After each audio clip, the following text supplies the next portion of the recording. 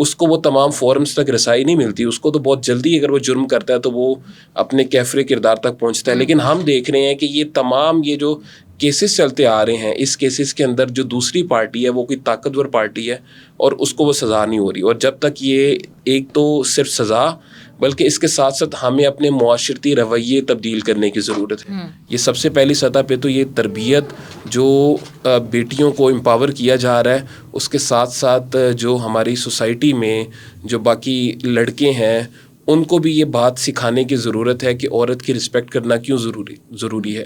اور پھر اس کے ساتھ ساتھ میں یہ سمجھتا ہوں کہ کمیونٹی سطح پہ تحصیل سطح تک, یونین کونسل سطح تک آ کر ایسی جو سیلف ڈیفینس کی ٹریننگ وغیرہ کروائی جائیں, اور اس کو اگر ہم اپنے جوڑیں اپنے کریکولم کے ساتھ, تو اس میں بھی ایسی چیزیں کرنے کی ضرورت ہے کہ خواتین امپاور ہو رہی ہیں اور ہم ان کے اوپر غلط ایک اسٹگما, ایک غلط ٹیگ لگانا شروع کر دیتے ہیں. جو خاتون اپنی کسی فیلڈ میں کامیاب ہو رہی ہیں, تو ہماری ایک جو میل ایگو ہے وہ میں دیکھتا ہوں اکثر جو میل ہیں ان کی وہ ایگو ہرٹ ہوتی ہے اور وہ سمجھتے ہیں کہ جو ترقی کا زینہ ہے نا, یہ بغیر کسی, یہ صرف خاتون ہونے کا ایک جو ایڈوانٹیج ہے وہ ان کو مل رہا ہے. میں سمجھتا ہوں کہ ایسا نہیں ہے. آج ہمارے پاس یوتھ جنرل اسمبلی میں 80% خواتین ہیں. ہماری جتنے بھی اہم اچیومنٹ ہوئی ہیں یوتھ جنرل اسمبلی میں, اس میں خواتین کا کردار سب سے زیادہ ہے.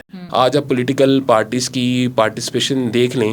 آج گلگت الیکشن کا رزلٹ آیا تو ہم نے دیکھا کہ آسا بھٹو زرداری خود لیڈ کر رہی ہیں تمام چیزوں کو. آج ایک صوبہ جو ہے وہ چیف منسٹر کر رہی ہیں اور وہ تمام وزراء اعلیٰ سے بہتر کام کر رہی ہیں. سینئر منسٹر آج آپ کی انفارمیشن منسٹر خاتون ہے. تو آپ یہ دیکھیں کہ ان کی پرفارمنس آپ دیکھیں تو مردوں کے مقابلے میں بہت زیادہ. بالکل فہد, آپ بالکل صحیح کہہ رہے ہیں. لیکن یہ تمام خواتین جو ایک پاور بیک گراؤنڈ رکھتی ہیں, ایک عام عورت کیا وہ بیک گراؤنڈ رکھتی ہے؟ ایک عام عورت جو ہے ورک پلیس اسٹیشنز میں ہراس ہو جاتی ہے, مار دی جاتی ہے. ایک عام عورت گھر میں مار دی جاتی ہے. ایک عام عورت جو ہے سڑکوں کے اوپر گھسیٹا جاتا ہے. تو اس عام عورت اور اس پاور عورت کے اندر تو کوئی موازنہ ہی نہیں ہے. دیکھیے, میں بالکل آپ کی بات سے اتفاق کرتا ہوں, لیکن ہمیں یہاں پر ایسی پالیسیز کی ضرورت ہے. جس طرح سے ورک پلیس ہیراسمنٹ ایکٹ بنا اور ہمارے یہاں پر محتسب بنے, اور میں بالکل یہ کرتا ہوں کہ یہ جو ایکٹ کی ہماری سوسائٹی بدقسمتی سے ایکٹ کی اور قوانین کی اوور لوڈڈ سوسائٹی بن چکی ہے.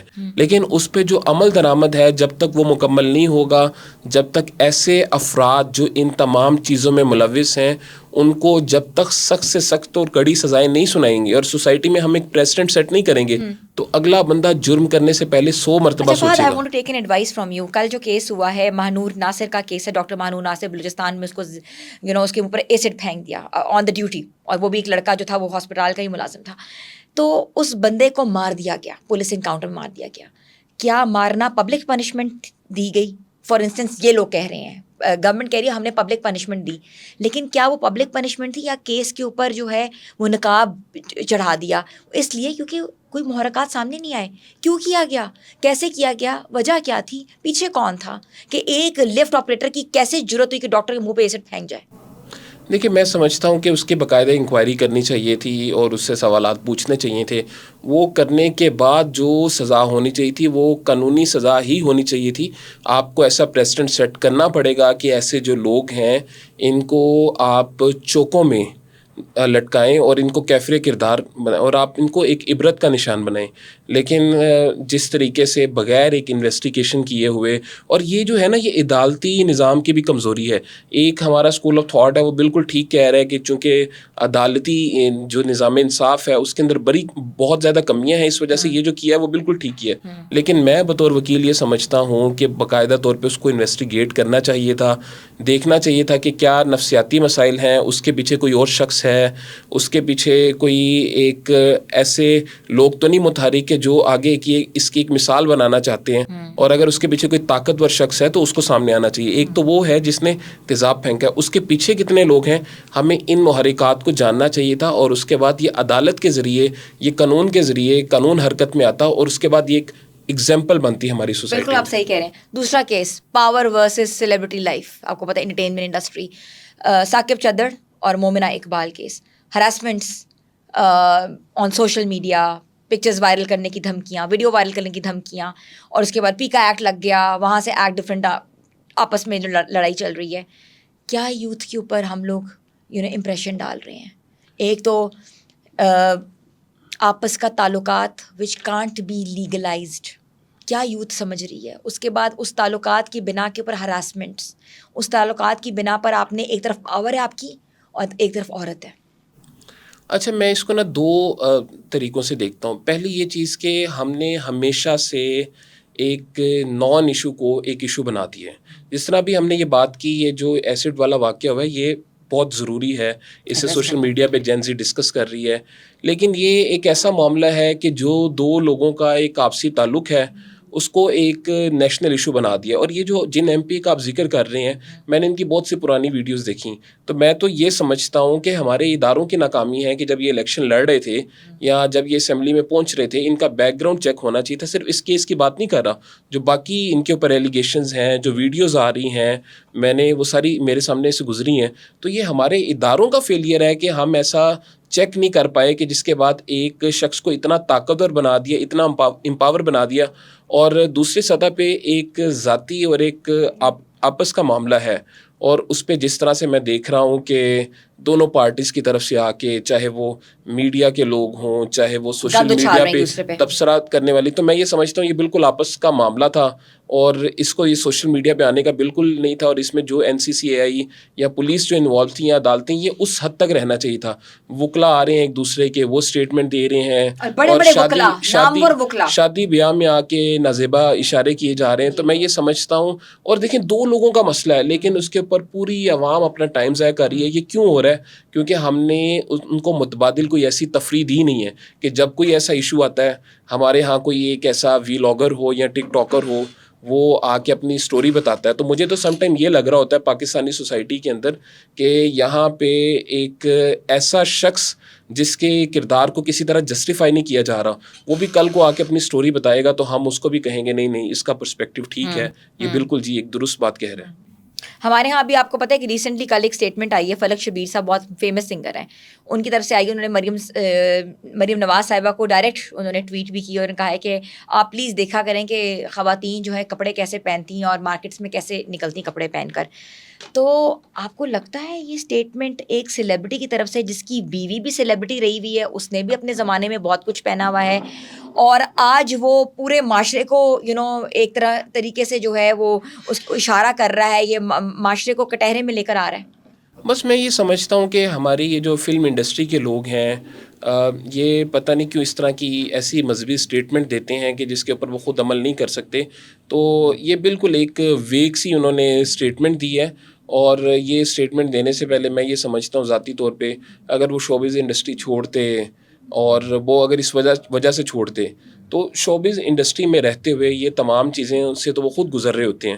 تو میں نہیں سمجھتا کہ اس طرح کا اچانک آ کے ایک اسٹیٹمنٹ دینی چاہیے تھی. اور میں اگین یہ کہتا ہوں کہ اس طرح سے ڈسکریج کرنے کی ضرورت ہے, اس طرح کی اسٹیٹمنٹس کو کنڈیم کرنے کی ضرورت ہے, اور خاص طور پہ اس شخص کی طرف سے جو خود اس انڈسٹری کے اندر. میں آپ کو بتاتی ہوں کہ ڈاکٹر مانور نے کیا کم کپڑے پہنے ہوئے تھے, نور مقدم نے کم کپڑے پہنے ہوئے تھے, ثنا یوسف جو ایک پٹھان بیک گراؤنڈ تعلق ہے اس کا, اس نے کم کپڑے پہنے ہوئے تھے, چھوٹے کپڑے پہن کے ویڈیوز بنائی تھی.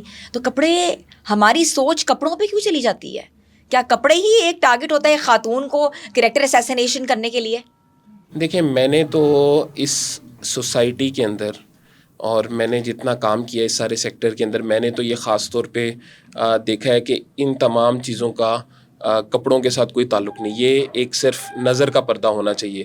اور میں نے جو ہے جو عبایا میں بھی خواتین کو, جو کہ میں وکیل ہوں, میرے پاس ایسے کیسز بھی آتے ہیں, ان کو بھی ہراساں ہوتے دیکھا ہوا ہے. تو اس کا تعلق جو ہے یہ ہماری سوسائٹی میں ان چند لوگوں کی ایک سوچ ہے, جو ان کی سوچ محدود ہے, یا جن کو میں ذہنی مریض کہوں گا. چونکہ میں اس طرح کے خود بھی ابتدائی سطح پہ جب وکالت کر رہا تھا اس طرح کے کیسز کرتے آ رہا ہوں, اور پھر ورک پلیس ہیراسمنٹ کے حوالے سے بھی لاہور کی ایک معروف جامعہ کا ایک معاملہ ہوا, اس کیس کو بھی میں نے کیا.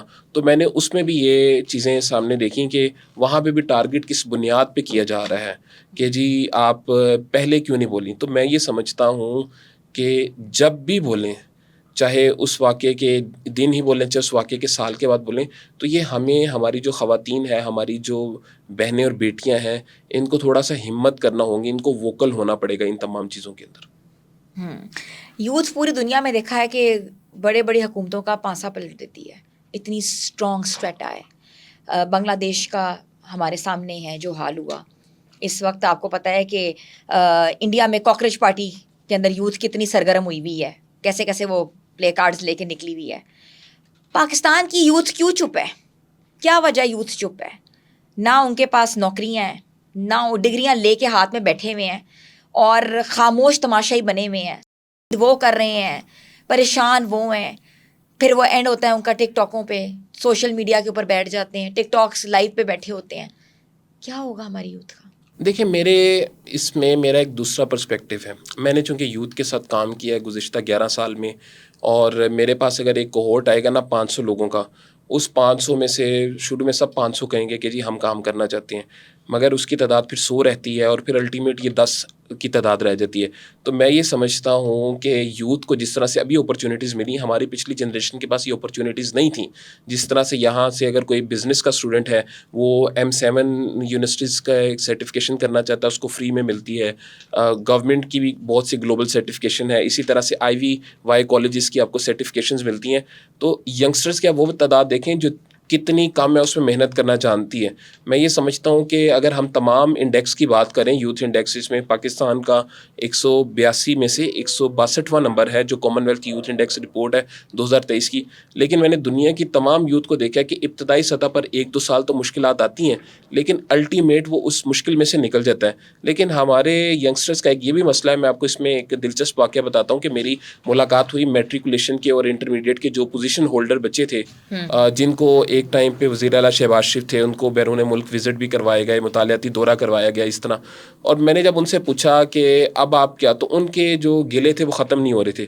یعنی کہ انہوں نے پوزیشن لی, اور پوزیشن لینے کے بعد انہوں نے یہ طے کر لیا کہ اب جو کچھ کرنا ہے وہ حکومتوں نے ہمارے لیے کرنا ہے, ہم نے نہیں کرنا ہے. لیکن اسی یوتھ میں سے ایگزامپل ہیں کہ جو لوگ خود تھوڑی سی محنت کرتے ہیں, اسکالرشپس کی اپرچونیٹیز باہر ان کو ملتی ہیں, وہ بڑے اداروں میں کام باہر بھی کر رہے ہیں اور واپس پاکستان آ کے سرو بھی کر رہے ہیں. تو میں یہ سمجھتا ہوں کہ ہاں, البتہ میں اس میں ایک قصوروار ضرور سمجھتا ہوں کہ ہماری حکومت اور ہمارے میڈیا کو ایسی کامیاب مثالیں زیادہ سے زیادہ دکھانی ہوگی. جب ہم ایک مثال دکھا رہے ہیں کہ جی ایک ٹک ٹاکر ہے, وہ صبح اٹھتا ہے, اپنی فیملی دکھاتا ہے, اور جس کے بعد اس نے اپنی V8 سے لے کے ہر طرح کی گاڑی بنا لی ہے, تو ہمارے نوجوانوں کے پاس کامیاب مثالیں ہی نہیں ہیں. ان کے پاس ایسا پاتھ وے نہیں ہے جس پہ چل کے وہ اس روٹ پہ آ سکیں. اور بالکل اس میں خامیاں ہیں. ہم تعلیم کا بجٹ ہمیں بڑھانا ہوگا, 0.8% ہے, کم سے کم 4% کرنا ہوگا. امپلائمنٹ کے لیے انڈسٹریز کو آسانی دینی ہوگی. یہ نہیں ہونا چاہیے کہ آج انڈسٹری اوپن ہوئی ہے تو 8 بجے اس کو FBR کا نوٹس آیا ہے, 9 بجے اسے فوڈ اتھارٹی کا آیا ہے, 10 بجے اس کو ڈریپ کا آیا ہے, اور اسی طرح 4 بجے تک. چونکہ میں کارپوریٹ کمرشل کونسل کے طور پہ مختلف جو کارپوریٹ سیکٹر ہیں ان کی یہ تمام چیزیں ہینڈل کر رہا ہوتا ہوں. تو پاکستان میں سنگل ونڈو آپریشن کے تحت جب تک انڈسٹریز نہیں لگیں گی تب تک پاکستان کے لوگوں کو روزگار نہیں ملے گا. ورنہ یہ جتنے ہم کورسز کروائی جا رہے ہیں, یہ ایک اسٹیروائڈ تو ہو سکتی ہے, لیکن یہ دیر پا اس کا اثر کہیں نہیں ہو سکتا. فہد, 2.5 کروڑ سے 3 کروڑ بچہ پاکستان میں اسکولوں میں نہیں جاتا, سڑکوں پہ پھرتا ہے, مانگتا ہے اور اپنا گھر چلاتا ہے, چاہے وہ 4 سال کا بچہ ہے, چاہے وہ 8 کا ہے, چاہے وہ 12 کا ہے. انڈیکس دیکھ لیں اٹھا کے. تو ذمہ دار پھر کون ہے؟ کس کو ذمہ دار؟ آپ مجھے آج ایک نام بتا دیں بھی یہ ذمہ دار ہے, تاکہ یہ جو لوگ ہیں نا یہ بالکل کسی کو شکوا نہ کریں. یہ کہیں گے کہ یہ ذمہ داری ہماری ہے. بچہ پیدا تو کر دیتے ہیں لیکن پالنے کی ذمہ داری. میں آپ سے چھوٹی سی آپ کو ایک مثال دیتی ہوں, تھوڑی کرخت باتیں ہیں لیکن شاید آپ کو کہیں نہ کہیں لگے گا کہ ان پہ بات ہونی چاہیے. جھگی, کتنی ایسی جھگیاں ہیں جو کہ جن کے پاس ID کارڈ نہیں ہے, جو پاکستان کا حصہ ہی نہیں ہے. ان کو یہ نہیں پتہ وہ کون ہے. کھانا بدوش لوگ, آج ادھر ہیں کل ادھر ہیں. بچے بھی پیدا ہوتے ہیں, روز مرتے ہیں, بھوک بھی ہے, افلاس بھی ہے, مانگ کے کھاتے ہیں, گٹروں سے کھاتے ہیں کھانا, جگہ جگہ ڈسٹ بن کا جو کھانا ہو وہ کھاتے ہیں. کون قصوروار ہے؟ اس میں تو کوئی شک نہیں کہ 78 ایئرز میں جتنی پاکستان میں پولیٹیکل پارٹیز آئی ہیں کسی نہ کسی سطح پر, جتنی حکومتیں آئی ہیں, یہ تمام چیزوں کی ذمہ دار ہیں. ایک حکومت کو ذمہ دار ٹھہرانا پورے پاکستان کے 64% نوجوانوں کے ساتھ زیادتی ہوگی. لیکن ہمارے جو ووٹر ہیں, خاص طور پہ ینگسٹرز, ان کو بھی دیکھنا ہوگا. میں جب ینگسٹر سے بات کرتا ہوں اور میں ان سے پوچھتا ہوں کہ کس پارٹی کو ووٹ دے رہے ہیں, وہ کہتے ہیں فلاں پارٹی کو. تو میں انہیں کہتا ہوں کہ جی آپ کو اس کا منشور پسند ہے؟ تو کوئی کہتا ہے کہ جی ہمارے بڑے دیتے آ رہے ہیں, کوئی کہتا ہے جی مجھے وہ شخص پسند ہے, کوئی کہتا ہے کہ جی وہ شخص ینگسٹر ہے جو اس کا لیڈر ہے.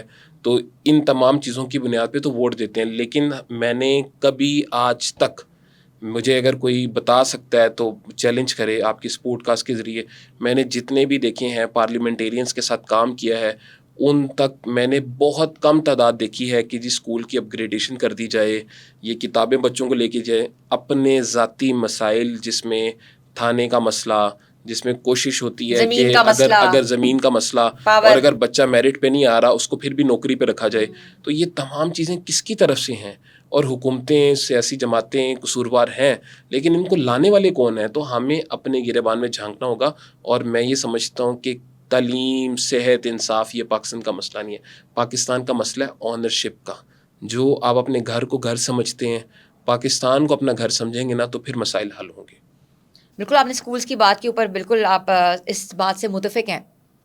جو پیرنٹس دے بھی سکتے ہیں, سفید پوش ہیں, وہ فیسیں نہیں دے سکتے. ان کے بچے جو ہیں وہ گھر میں بیٹھ کے لرن کر رہے ہیں. بہت سے ایسے سفید پوش لوگ ہیں, میں آپ کو بتا نہیں سکتی. فیسیں دینا آسان نہیں ہے. 50 ہزار, 60 ہزار, لاکھ نارمل اسکولوں کی فیسیں, ایک چھوٹے اسکول کی فیس بھی 10 سے 15 ہزار ہے. تو جس گھر کا خرچہ ہی 50 ہزار میں چلتا ہے, وہ فیسیں کہاں دے؟ سرکاری سیٹ اپ میں اس لیے نہیں ڈالتے کہ ہمارا بچہ جو ہے, ہر ماں ہر باپ یہ چاہتا ہے کہ اس کا بچہ جو ہے اچھا سے اچھا پڑھے. سرکاری سیٹ اپ کو وہ سمجھتے ہیں کہ یہاں پتہ نہیں پڑھایا جائے گا. کیونکہ ہمیں آئی تھنک ہمیں ان کے اوپر ٹرسٹ نہیں ہے. آئی تھنک ٹرسٹ ایشوز ہیں. حالانکہ بڑے بڑے لوگ نکلے ہوئے ہیں سرکاری سیٹ اپس کے اوپر. ایجوکیشن کے حوالے سے آپ کیا کہیں گے؟ یوتھ ہے, یوتھ کی ایجوکیشن بہت ضروری ہے. کہتے ہیں نا کہ ایک بچہ پڑھے گا تو وہ کتنے خاندان پال لے گا. اسی طریقے سے کہا جاتا ہے ایک بچی پڑھے گی تو پوری نسل سنوار دے گی. دیکھیں, میں اس پہ یہ سمجھتا ہوں کہ میں نے بہت سے بچوں سے ملاقات کی. یہ جو خاص طور پہ ایک جب یہ چائلڈ لیبر کے قریب ہم اپنی ایک رپورٹ مرتب کر رہے تھے, اس میں نے دیکھا تو وہ بچوں کا زیادہ تر یہ کہنا ہے کہ اگر ہم اسکول جائیں گے تو ہمیں اس کی دہاڑی نہیں ملے گی. سب سے پہلے تو حکومت جو ہے, جو ورک پلیس ہے جہاں پر بچے اسکول جا رہے ہیں, اس میں ایسی سہولیات دیں. اور پھر حکومت نے ابھی جس طرح سے ایک 1 میل اے ڈے کا شروع کیا جو اسکول میں بچے جا رہے ہیں, بہت اچھا ہے.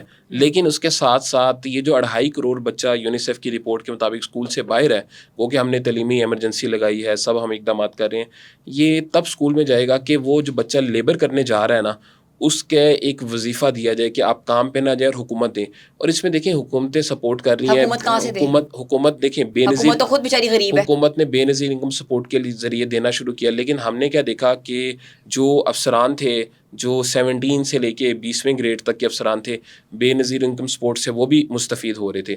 تو ٹرانسپیرنسی کی, شفافیت کی اس سارے پروسیس کے اندر ضرورت ہے. ایک گھر والا کہے گا 900 روپیہ گھر لے آؤ دہاڑی, وہ مکینک کی دکان پہ لگے گا, پارلر پہ لگے گا, اس بچیاں جو ہیں وہ گھروں میں کام کریں گی, چلو 15-20 ہزار روپیہ کما لیں گی. لیکن اسکول سے پڑھانے کے اخراجات کون افورڈ کرے گا؟ دیکھیں, میں آپ کی بات سے بالکل ایگری کرتا ہوں کہ اس کے متبادل میں حکومت کو چاہیے کہ یہ جو بچے اسکول نہیں جاتے اور جو جا کے ایک مزدوری کر رہا ہے بچہ, اس کو متبادل طور پر ایک وظیفہ دیا جائے کہ جتنے پیسے وہ اس سے کما رہا ہے اتنے پیسے اس کو دیے جائیں. اور 2.5 کروڑ بچہ, اور یہ آسان ہے. یہ دیکھیں GDP جو 0.8% ہے, آپ 4% کریں گے تو آپ اس جگہ آپ کو کم سے کم 10 سال کے لیے کچھ اپنی ترجیحات طے کرنی ہوں گی. آپ کو ایجوکیشن پہ لگانا ہوگا, پرائمری ایجوکیشن سے لے کے میٹرک تک. آپ کو اس کے ساتھ ساتھ جو کریکولم کو بہتر کرنا ہوگا. اور دیکھیں باہر کے ممالک میں کیا ہوتا ہے کہ اگر ایک یونیورسٹی اپنا کریکولم اس لیے نہیں بناتی کہ ان کے پاس اس طرح کے اساتذہ موجود ہیں, بلکہ وہ اس لیے بناتی ہے کہ انڈسٹری خود کہتی ہے کہ اگلے 5 سالوں میں ہمیں AI انجینئر, سیمی کنڈکٹرز, ان لوگوں کی ضرورت ہے. تو آپ ہمیں اس طرح کا ایک کریکولم بنائیں. اور تیسرا, استاد کو اس معاشرے میں عزت دینی ہوگی, ٹیچر کو عزت دینی ہوگی.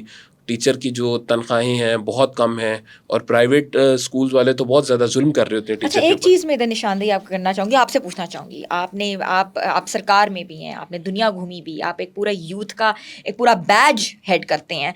ہمارے ہاں اس استاد کی بات تو کی ہے, لیکن ہمارے ہاں روحانی استاد جو سرمنز دیتے ہیں, جو مسجدوں کے امام ہیں, جہاں تعلیم مسجدوں سے دی جاتی ہے, ان کو کیسے بتایا جائے گا کہ جو وہ تعلیم دے رہے ہیں کیسے انشور کرایا جائے گا وہ تعلیم واقعی آج کل کی تعلیم کے ساتھ ہے؟ کیونکہ ہمارے ہاں ایک وہ اسکول آف تھاٹ ہے جو کہ بالکل بچوں کو ایک مختلف ڈگر پہ چلاتا ہے، اور وہ ہمارے لیے بڑا مشکل ہو چکا ہوا ہے معاشرے کے اندر انجیکٹ کرنا.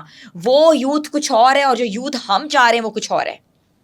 دیکھیے میں نے ایک کمپٹیشن میں پارٹیسپیٹ کیا تھا، ایک اولمپیاڈ تھا لمس کے اندر، اس میں بہت سے اور مزید کمپٹیشن تھے. تو وہاں کراچی کے 3 مدارس کے اسٹوڈنٹس آئے تھے اور ان کی سائنس انوویشن بہت زبردست تھیں، ان کی کمپیوٹنگ اسکل بہت اچھی تھی، ان کی پبلک اسپیکنگ بہت اچھی تھی. تو پاکستان میں ایسا نہیں ہے، اس ماڈل پر مدارس چل رہے ہیں. اور جو اور میں آپ کو اگزامپل دیتا ہوں، ایک ایسا بچہ جس کا میں نے داخلہ آکسفورڈ میں ہوتے دیکھا اور اس کا مدرسے کی تعلیم سے تعلق ہے. مدرسے کے ساتھ ساتھ جو کچھ انٹرمیڈیٹ کرواتے ہیں فیڈرل بورڈ کے ساتھ مل کے. تو ایسی مثالیں ہیں، وہ مثالیں کم ہیں. ایک تو ہمیں اس کو ریگولیٹ بالکل مدارس کو کر رہے ہیں. ایسے علاقوں کی بات کر رہے ہیں جو پسماندہ علاقے ہیں، جہاں جو ہے فیسلٹیز اس طرح کی نہیں ہیں، جہاں جو مسجد کی امام ہے جن کو لوگ بہت، ظاہر ہے ہم لوگ بھی بہت ان کی بہت سی کنٹریبیوشن ہے. ان کی ریگولیٹری کیسی ہوگی؟ وہ کیسے اپنے آپ کو ایک اسلام سے اور وہ جوڑیں گے آج کل کی یوتھ کے ساتھ؟ کیسے ریلیجن کو انجیکٹ کریں گے یوتھ میں؟ دیکھیں، ایک تو ابھی چیف منسٹر پنجاب نے انیشیٹو شروع کیا ہے مساجد کے امام کے لیے. ایک تو ہمیں انہیں وظیفہ، ایک تو ہمیں ایک یہ چیز طے کر لیں کہ جی اگر وہ آپ کا یہ چونکہ سارا جو پروسیس ہوتا ہے مسجد میں، اور لوگ کیوں دین کی طرف راغب ہوتے ہیں کہ اپنی آخرت سنواری دیں، لیکن ہم نے سوسائٹی نے طے کر لیا ہے کہ اب ان لوگوں نے اپنی آخرت سنوارنی ہے اور ہم نے ان کو دنیا میں کسی نہ کسی طرح سے کوئی پریولیج نہیں دینا، اور بس انہوں نے سادہ زندگی گزارنی ہے، انہوں نے سادگی پہ رہنا ہے. تو ہم نے کبھی وہ ان لوگوں کے لیے سوچا نہیں ہے. اب یہ جو امامت ہے یہ باقاعدہ طور پر میں سمجھتا ہوں ایک پروفیشن ہے، اور اس میں اگر اس طرح کے انسینٹیوز دیے جائیں گے تو اس میں پڑھے لکھے لوگ بھی سامنے آئیں گے. اور وہی پڑھے لکھے لوگ، مطلب میں یہ سمجھتا ہوں کہ ہماری مساجد کے اندر ایک اچھا ینگسٹر جو کسی باہر کے ادارے میں پڑھ رہا ہے، وہ جو جمعے سے پہلے ایک خطبہ دیا جاتا ہے نماز سے پہلے، وہ کیوں نہیں دے سکتا؟ ہم نے کیوں طے کر لیا ہے کہ ایک قاری صاحب آئیں گے صرف وہی بات کریں گے؟ اگر ایک اچھا باکردار ینگسٹر ہے تو وہ اپنی اصلاحی بات سے سوسائٹی کو جو متاثر کرنا چاہتے ہیں، کہ اچھا پبلک اسپیکر جو کسی ٹیڈ ٹاک پہ کھڑے ہو کے بات کرتا ہے. دوسرا، ہم ان کو کمیونٹی سینٹرز ہمیں بنانا چاہیے. ہم دیکھتے ہیں کہ مساجد جب نماز ہوتی ہے اس سے پہلے، مطلب مساجد کے احاطے میں اس سے ہٹ کے ایک ایسی لائبریری ہونی چاہیے جہاں پر ہمارے جہاں پہ جائیں اور دینی ریسرچ بھی ہو سکے، اور وہاں پر باقی کتابیں بھی جو ہوں وہ موجود ہوں. تو ہمیں اس کو تھوڑا سا ایک ایسا انوائرمنٹ بنانا ہوگا کہ جس کے بعد جو ہمارا ایک اسکول آف تھاٹ ہے جو سمجھتا ہے کہ ینگسٹرز مساجد میں نہیں آتے، تو ان کو لانے کے لیے بھی آپ کو اٹریکٹ، کیونکہ اگر کوئی ایک شخص لائبریری میں بیٹھا ہوگا اور وہ بیٹھ کے اس پہ کوئی ریسرچ کر رہا ہے، وہاں پہ لیب ہوگی، تو جب نماز کا ٹائم ہوگا تو خود ہی اس طرف جائے گا. تو ہم یہ دیکھتے ہیں کہ ہم جی بند کر دیتے ہیں مساجد، اور ہمیں ایک کمیونٹی سینٹر، کمیونٹی پلیس بنانے کی ضرورت ہے. اور وہ مساجد میں ایسی جگہ ہونی چاہیے، کسی کو کوئی کتاب چاہیے، کسی کو راشن چاہیے، کسی کو کوئی کپڑے چاہیے، وہاں پر موجود ہوں، کوئی بھی آ کے ضرورت مند کمیونٹی سروس ہو رہی ہو. کمیونٹی سروس ہونی چاہیے. یوتھ جنرل اسمبلی کتنا امپیکٹفل ہے پاور کوریڈورز میں؟ دیکھیں، یوتھ جنرل اسمبلی کے آنے سے پہلے یوتھ کے لیے پالیسیز بنتی تھیں. ایک 2008-9 میں نیشنل پالیسی بنی، ایک انٹرم. اس کے بعد 2012 میں ایک پنجاب یوتھ پالیسی بنی. لیکن یہ جو جتنی بھی یوتھ کی پالیسی تھی، یہ یوتھ کے لیے بن رہی تھی، لیکن یوتھ کو لے کے نہیں بن رہی تھی. ہمارے آنے کے بعد حکومت مجبور ہوئی ہیں، جتنی بھی حکومتیں صوبائی ہیں یا وفاقی ہیں، ہمیں اپنے ساتھ بٹھانے میں. ابھی جیسے دیکھیں نا، 2026 کی نیشنل یوتھ ایڈولسنٹ پالیسی آ رہی ہے، جس میں جو کنسلٹیشن سیشن ہوئے ہیں وہ تمام یونیورسٹیز میں ہوئے ہیں، ہائی اسکولز میں ہوئے ہیں. اس میں لوگوں کو ساتھ بٹھایا گیا ہے، اور اس میں 9 سال سے لے کر 15 سال ایڈولسنٹ اور 15 سال سے لے کر 29 سال کے ینگسٹر کو باقاعدہ جگہ دی گئی ہے. تو اب جتنی بھی حکومت کی پالیسی بن رہی ہیں، تو یہ وہ والا وقت نہیں ہے کہ کوئی ایک بابو آئے گا 60 سال کا، وہ آ کے پالیسی بنا دے گا، ایک وزیر ہوگا وہ آ کے پالیسی بنا دے گا، اور اسمبلی میں آپ کسی بھی طرح سے پریزیڈنٹ ووٹنگ کروا دیں گے. اب نوجوان سوال کرتے ہیں، اب نوجوانوں کے پاس یہ حلقوں میں جاتے ہیں تو وہ یوتھ کے بارے میں چیزیں پوچھتے ہیں. تو میں یہ سمجھتا ہوں کہ اب وہ وقت ہے کہ تمام علاقوں میں تمام جو اپنی اپنی ان کی کونسلز ہیں وہاں پر سپورٹس کمپلیکس بھی بنانے ہوں گے ان کو, وہاں پر AI لیب بھی ان کو بنانا ہوں گی, اور وہاں پر یوتھ کے ڈسکورس کرنے کے لیے کچھ رومز بھی بنانا ہوں گے. ادروائز یہ جو روایتی سیاست ہمارے ہاں کر رہے ہیں یہ ناپید ہو جائیں گی. اچھا, آپ کو لگتا ہے, آپ مجھے بہتر بتا سکتے ہیں کہ یوتھ کی ایکسیپٹیبلٹی ہے پارلیمنٹ میں؟ لوگ سمجھتے ہیں آج بھی بالکل میں کہ آج بھی سمجھتا ہوں, وہی آرتھوڈاکس طریقہ چل رہا ہے, یا تمہیں کیا پتا, یا تمہیں کیا میں پتا. بالکل سمجھتا ہوں. ابھی دیکھیں کہ پہلی دفعہ ہم نے نیشنل اسمبلی میں اور پنجاب اسمبلی میں بڑے ینگ لوگ دیکھے ہیں. اب ہمیں کیبنٹ میں بھی بہت ینگ لوگ نظر آتے ہیں. ہاں البتہ یہ بحث ضرور ہے کہ جی وہ فرسٹ جنریشن ہے یا نہیں, لیکن میں سمجھتا ہوں کہ بہت سے لوگ ہیں جو فرسٹ جنریشن سے بھی آئے ہیں. میں کچھ سندھ اسمبلی میں بڑے ینگسٹرز میں نے دیکھے ہیں, KP میں دیکھے ہیں, پنجاب میں ہمارے ہاں آئے ہیں, کچھ نیشنل اسمبلی میں بھی آئے ہیں جو اب یوتھ پہ بات کر رہے ہیں, سوالات اٹھا رہے ہیں. اور پھر جتنے ہمارے MNAs ہیں, ہمارے MPs ہیں, اور جو ہماری قائمہ کمیٹیز بنی ہوئی ہیں مخصوص چیزوں کے حل کے لیے, تو اس میں بھی ہمیں ینگسٹرز جو ہیں کسی طرح سے کنسلٹیشن سیشن میں نظر آتے ہیں. دیکھیں اگر ہم اپنے ایک جیسے وکیل ہوتا ہے وہ اپرینٹسشپ کرتا ہے, ایک ڈاکٹر ہوتا ہے ہاؤس جاب کرتا ہے, اور جب تک ہم اپنے ینگسٹرز کو یہ تمام ٹول فراہم نہ کریں اور ہم ان سے یہ امید لگائیں کہ یہ آنے والے وقت میں ملک کی بھاگ دوڑ سنبھالیں گے, تو کس طرح سے ممکن ہے؟ تو آپ نوجوانوں کو یہ بلیم نہیں دے سکتے کہ وداؤٹ ٹریننگ آ کے وہ ملک کی بھاگ دوڑ سنبھالیں. سوشل امپیکٹ پہ تو آپ نے ایوارڈ لے لیا, نیکسٹ ٹارگیٹ کیا ہے؟ دیکھیں نیکسٹ ٹارگیٹ تو یہ ہے کہ پاکستان کے نوجوانوں کو ان کے جو لاز ہیں جو یوتھ کے لیے بن رہے ہیں, اسٹوڈنٹس کے مسائل ہیں, ان کو ریزالو کرنے کے لیے ایک ایسی حکمت عملی بنائی جائے, ایک ایسی دیر پا پالیسیز بنائی جائیں جس کے بعد سیاسی طور پہ پارٹیسپیشن نوجوانوں کی آسان ہو سکے, نوجوان کسی بھی سیکٹر میں جائیں تو وہ ہراساں نہ ہوں. اس کے ساتھ ساتھ جو ایک ہم سمجھتے ہیں کہ پاکستان میں اسٹوڈنٹ کی کوئی بات ہو, مثال کے طور میں بہت مسئلہ یہ دیکھتا ہوں کہ ہمارے ہاں یہ جو سیمیسٹر سسٹم ہے نا, اس میں فیوریٹزم بہت زیادہ چلتی ہے, اور HEC جو ہے نہ وہ ویل بینگ کا خیال رکھتا ہے, نہ اس طرح کی کوئی شکایت سیل ہے. تو پاکستان میں ہم ایک یوتھ کا تو اب بات ہونا شروع ہو گئی, لیکن اسٹوڈنٹس کو بھی کرنا ہوگا جو باہر سے ادھر آتے ہیں پڑھنے, ان کو اچھی فیسلٹیز, لاجسٹک, ان کی جو اکوموڈیشنز ہیں وہ بالکل اچھی ہونی چاہیے. بہت سرگرم رہی ہے, اسٹوڈنٹ یونینز نے بڑا بڑا کام کیا ہے. یونیورسٹی کے اندر یونین کا مطلب ہوتا تھا کہ یونیورسٹی کو پتہ ہوتا تھا کہ union is there to listen students کے جتنے بھی مسائل ہوتے تھے. آج کل کوئی یونین نظر کیوں نہیں آ رہی؟ دیکھیں میرا اس میں نظریہ اور ہے. ابھی آپ دیکھیں کہ اب جو ہم بات کرتے ہیں نا کہ باہر کے ممالک میں یونین ہے, اب یہ آکسفورڈ یونین جو ہے نا, اس میں پڑھے لکھے ینگسٹرز ہوتے ہیں, ڈیبیٹ کرتے ہیں, ڈسکورس کرتے ہیں.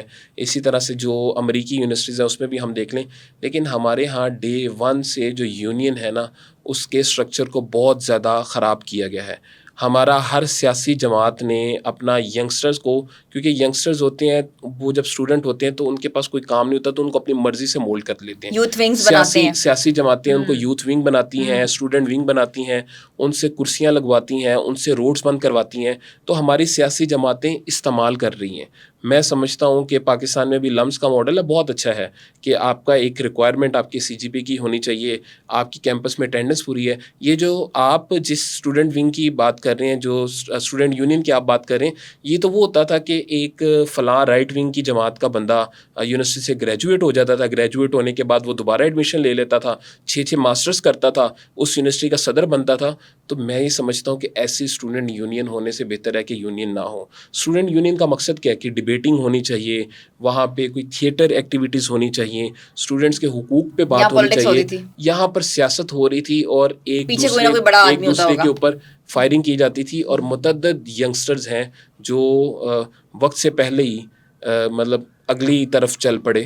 تو میں یہ سمجھتا ہوں کہ ایسی اسٹوڈنٹ یونین تو ہے وہ نہیں ہونی چاہیے, لیکن ہمارے ہاں ڈیبیٹنگ کا, ڈسکورس کا بالکل ایک نظام ہونا چاہیے کہ جو اپنی مرضی سے کوئی بھی خیالات کرنا چاہیں, مطلب ایک جو ہم سمجھتے ہیں کہ جو ایک ہماری پاکستان کی آئیڈیولوجی کے قریب ترین چیزیں ہیں, تو اس پہ گفتگو ہونی چاہیے. جب ہم نوجوانوں کو خاموش کروائیں گے اور ہم ہر جگہ سینسرشپ لگائیں گے, تب تک ہم آگے نہیں بڑھ سکتے, کامیاب نہیں ہو سکتے. Thank you so much Fahad Shahbaz, pleasure talking to you.